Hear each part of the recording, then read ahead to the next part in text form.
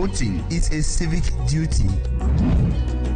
Let's register on the electoral list. This is a message from Equinoxe Television.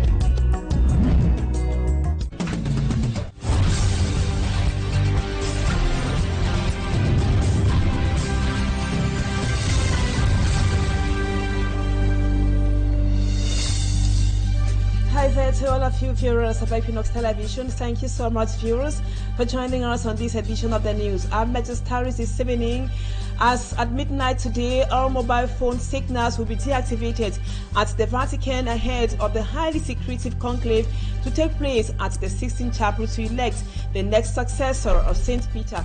The Vatican has taken security measures to ensure there is no communication with the outside world. Security measures have also been taken for all those who would be found in the Sistine Chapel. We'll tell you more as Catholic Christians hold their breath ahead of the conclave which begins tomorrow. And over 1,000 people are suffering from asthma, which is a chronic respiratory infection in Cameroon. As we observe the word asthma day to day, pneumologists advise that those infected should always seek help as fast as possible because asthma can be very life-threatening. Those are our Majesties viewers. Details when we come back.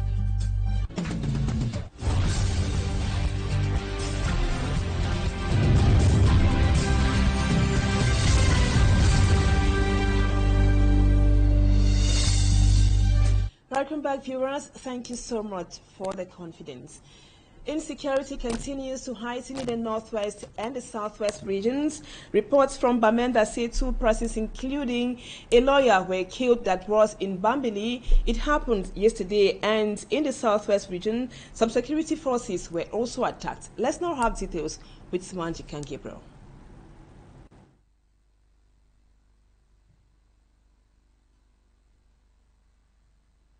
Uneasy calm still reigns in some parts of the southwest and northwest regions as the Anglophone crisis continues to record more victims. 2 elements of the Rapid Intervention Battalion B died in Muyenge village of Muyuka Subdivision, Fako Division, on Monday.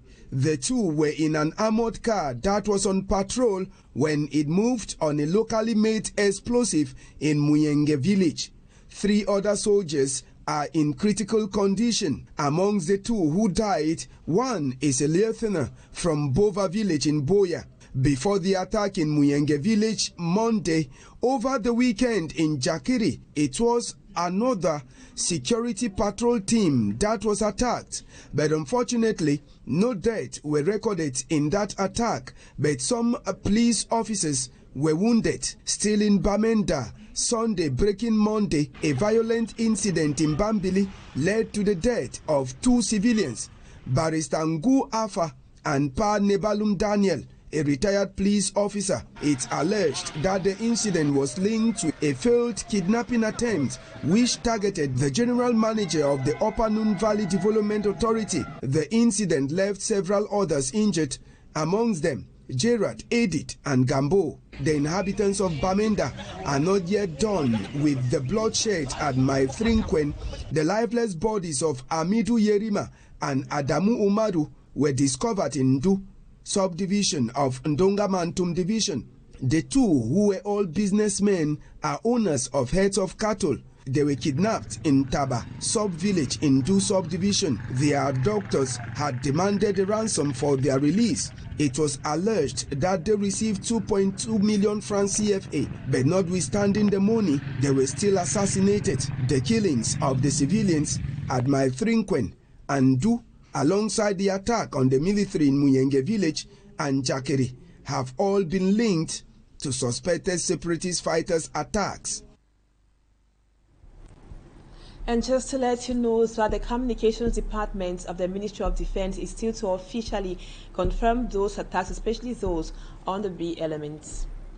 Still on insecurity, it is taking an upward turn in Cameroon's capital, Yaoundé. The Central Gendarmerie Region has on an operation coded Operation Clean the City to curb the rates of criminality in the town of Yaoundé.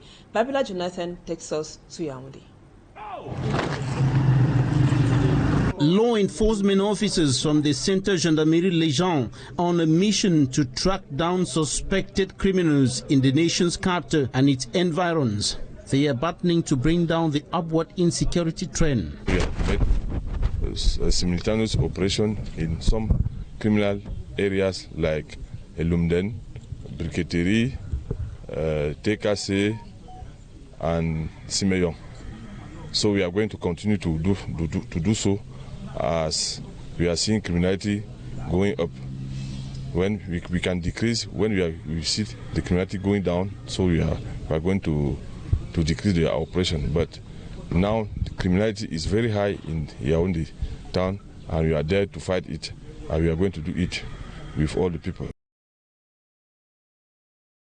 Gendarmes. They are going through the nooks and crannies of the city and its outskirts, fishing out persons suspected of involvement in unlawful activities. We have arrested a lot of suspects, and we seize a lot of motorbike, a lot of drugs, and a lot of things that can help people to perform crimes. We are not here only for celebrating National Day or preparing election, but we are also there to send the message that we have to stay in a safe and clean area. Inhabitants who are often victims of the suspected bandits laud the gendarme officers' efforts to ensure their security. Like him, some recommend that such anti-crime operations should be carried out at least thrice a year.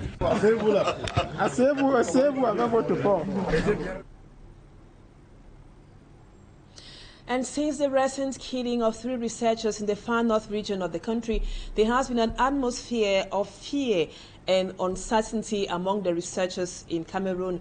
Recently, leaders of the National Trade Union for Researchers in the country announced a strike action to denounce poor working conditions, a situation which has provoked widespread criticisms, as Mala Glory tells us in the report which comes up next. The division amongst researchers syndicate in Cameroon comes after an announced strike action on May 16, 2025. The scientific researchers advanced several challenges, including limited financial resources and institutional barriers that hinder their work. Les revendications portent sur le financement de la recherche et sur la loi d'orientation de la recherche. Nous avons, dans la lettre ouverte au président de la République, simulé un peu la position. Professor ABANG, one of the leaders of the Researchers Syndicate in Cameroon, explained that in an open letter sent to the head of state, they proposed a project which could permit them raise 109 billion francs CFA annually if the government can finance the project. Following the announcement of the strike action, the leaders of the scientific researchers in syndicate say they have received online criticism.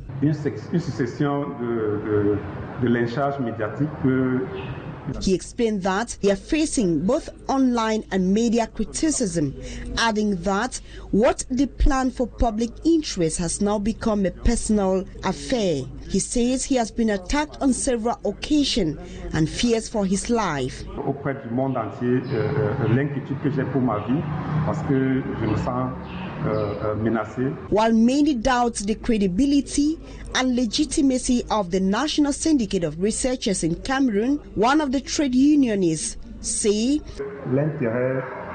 the syndicate is legal and has been existing since 2019 with a collective interest to improve on the working conditions of public sector researchers. He furthers that revendications that were outlined since 2021 have today become problematic. These recent happenings generate from the killings of 3 researchers in the far north region of the country while on a research mission.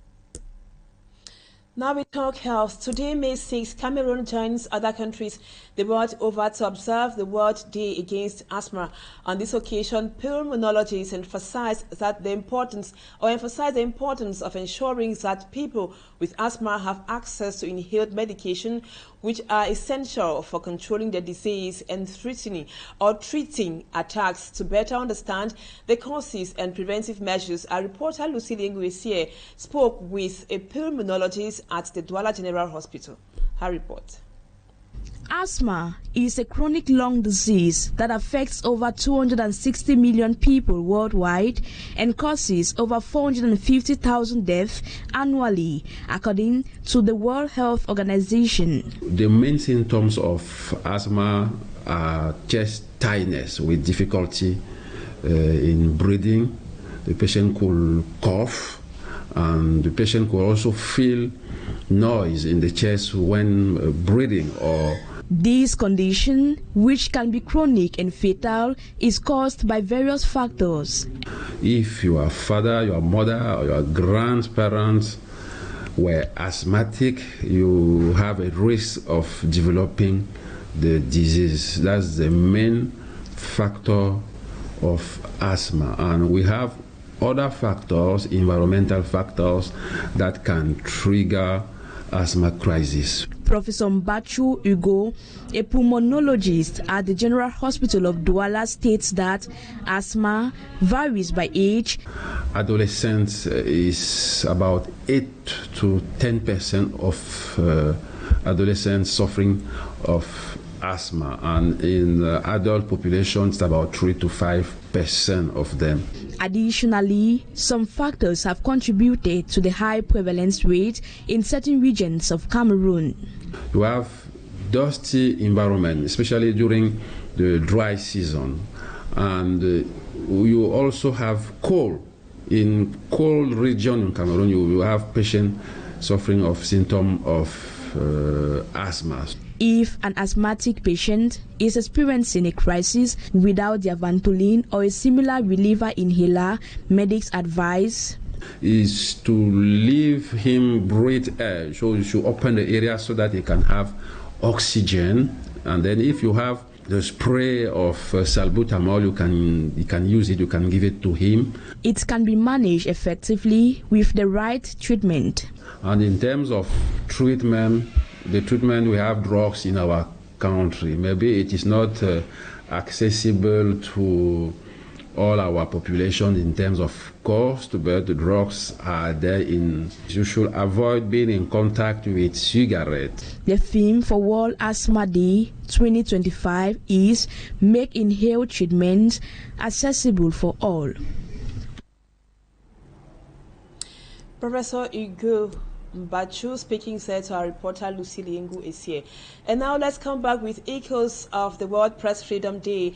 Misinformation, hate speech, press freedom issues in an electoral year is the focal point of the 7th edition of the National Forum for Press Freedom and Access to Information, organized by Monde Avenir, a civil society organization in Douala, grouping journalists from every part of the country. The aim was to edify the journalists on reporting professionally in an electoral context where hate speech and disinformation propagate. Actors in public administration are also urged to save the society from electoral violence by granting journalists access to information and protection of their freedom. Innocent Aze attended that workshop. As the 2025 presidential election candle burns, Cameroonians, particularly militants, supporters and sympathizers of the ruling and opposition parties, heighten debates and animate the TV, radio and social media platforms with divergent opinions, lifting their favorites. This has given rise to hate speech and disinformation, despite denunciation and efforts by the state to eradicate their propagation. It is in a bid to guarantee authentic fact gathering and peaceful reporting, voice of hate and misinformation before, during and after the presidential election that the civil society organization Monde Avenir organized the 7th edition of the National Forum for Press Freedom and Access to Information in Douala, grouping media professionals from different regions of Cameroon. Discussions dwelt on the theme misinformation, hate speech, press freedom issues in an electoral year. Les médias qui sont au cœur de la construction de la société devraient, n'est-ce pas, être mis en exergue. It is also to make public administrations understand the interest and the importance of protecting press freedom to protect electoral freedom, because electoral freedom is also a means to combat hate speech.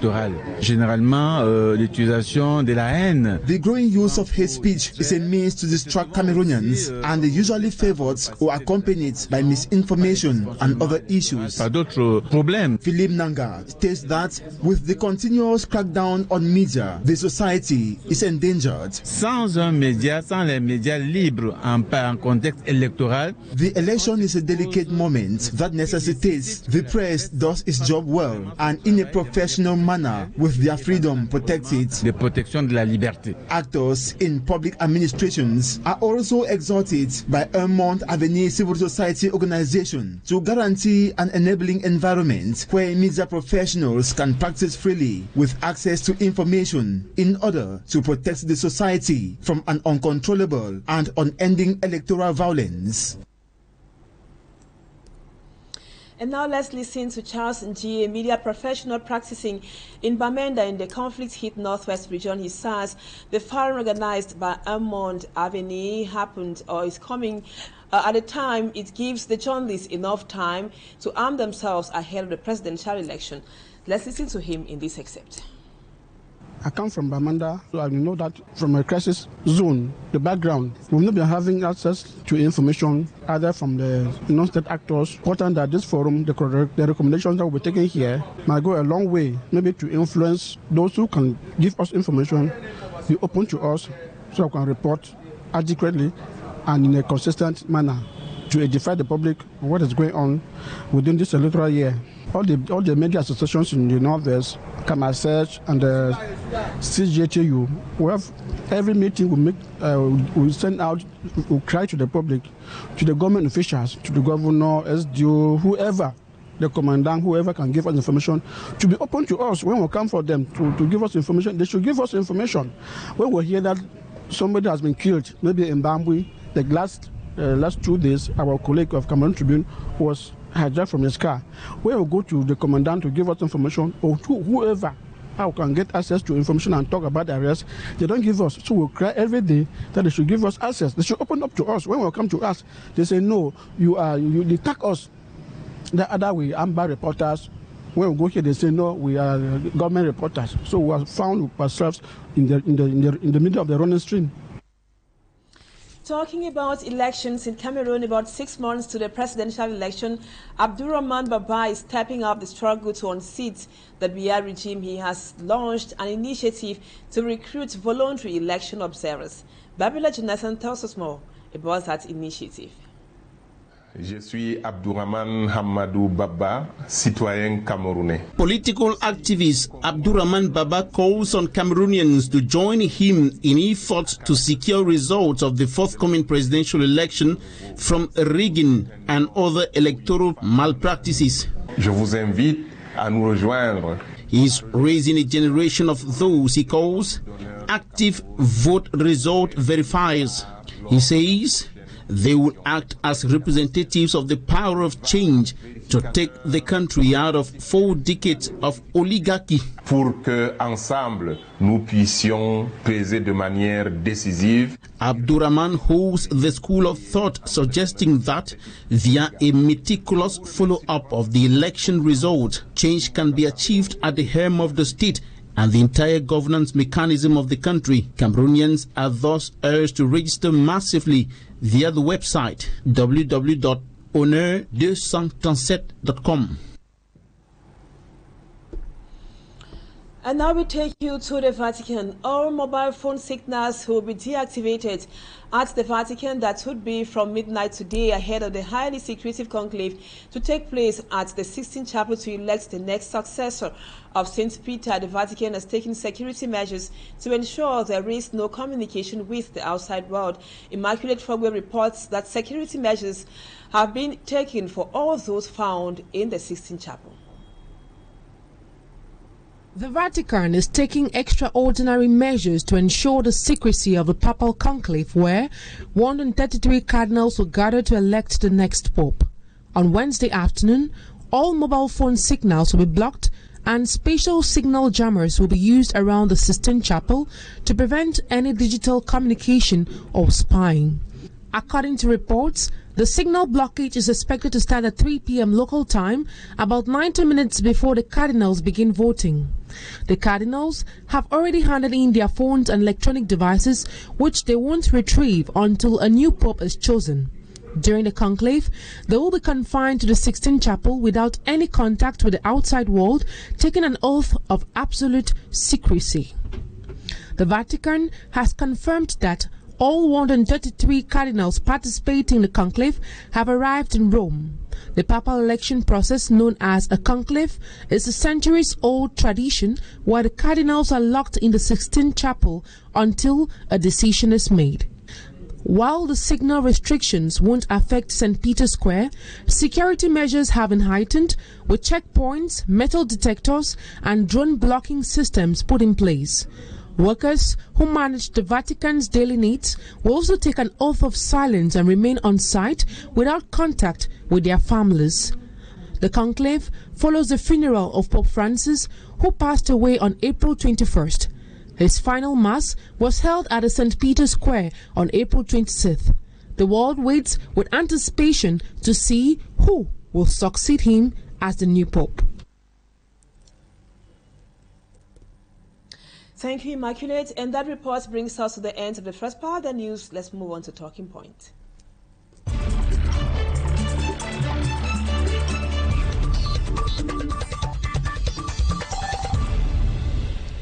Welcome back, viewers. Our guest tonight is a civil society actor based in Buria, Samah MUGWA.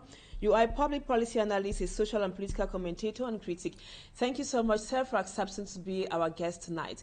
Now we are talking about the resurgence of attacks in the northwest and southwest regions. We know that some persons were killed in Bambili in the northwest region, and also in the southwest regions we've had some attacks on security forces, though the Ministry of Defense is yet to confirm them. Can we, without fear, say that the situation is not at all under control in the northwest and the southwest region, Mr. Samah? And permit me say, rest in peace, RIP to the two soldiers who reportedly died in Munyenge yesterday, and to the civilians who were killed in Bamenda over the past 2 to 3 weeks. My condolences to their families.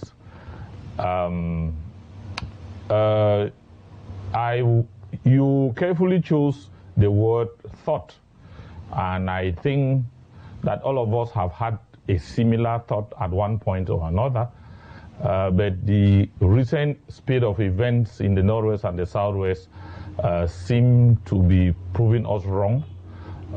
We are using a wrong equation to solve a problem, and so the answers that we are having at the end are definitely incorrect.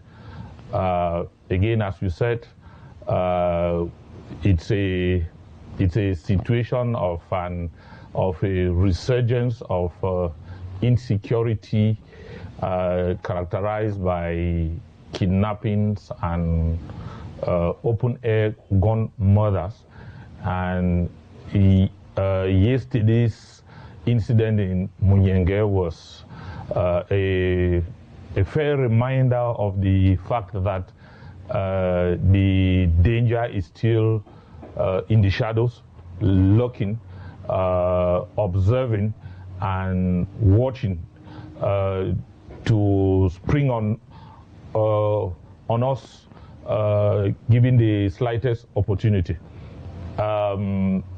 But I would want to differ with you if we were to make the sweeping statement that nothing has changed. No, I think a lot has changed positively amidst the resurgence in insecurity and kidnappings. I think we are no longer in those very terrible 2018, 2019, and 2020 bad days. In most communities in the southwest, people can sleep at least with one eye open, even if those in Bamenda can no longer define sleep, do not even know sleep, don't even know what it means to be asleep with one eye open. But I think most other communities,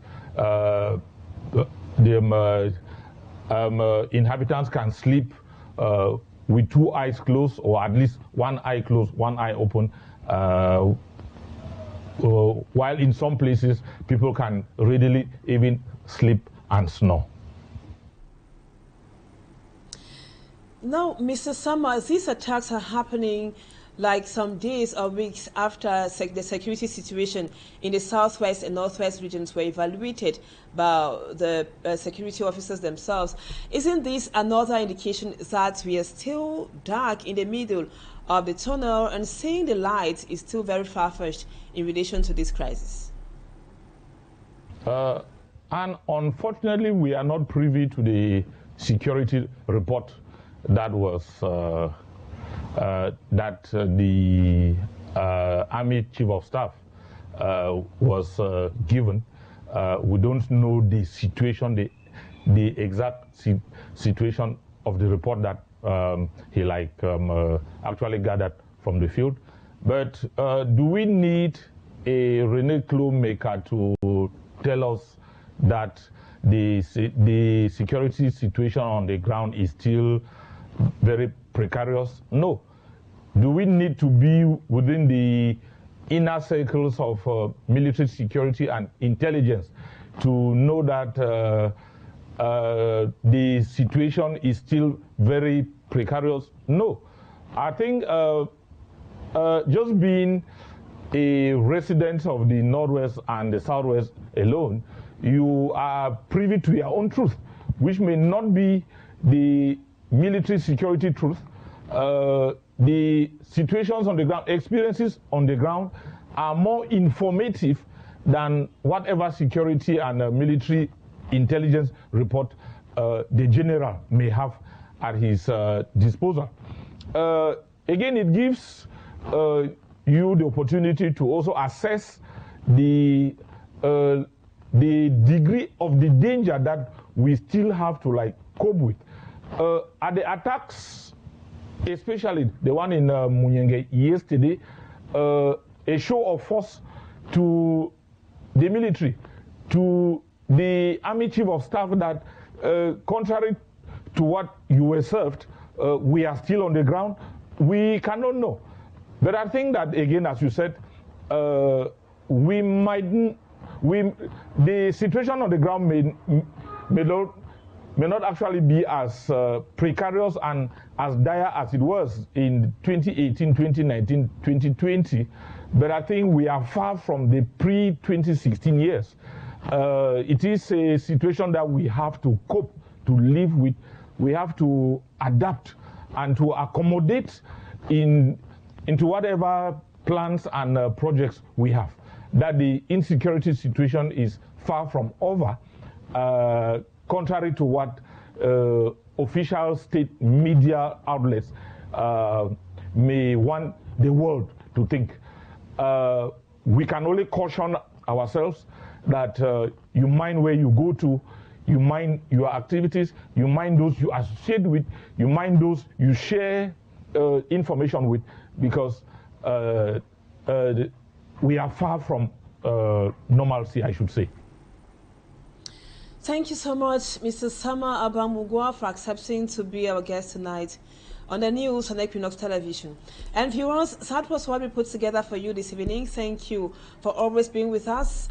Our programs continue. Equinoxe World comes up in about 30 minutes, and then news in the French language comes up at 8 p.m.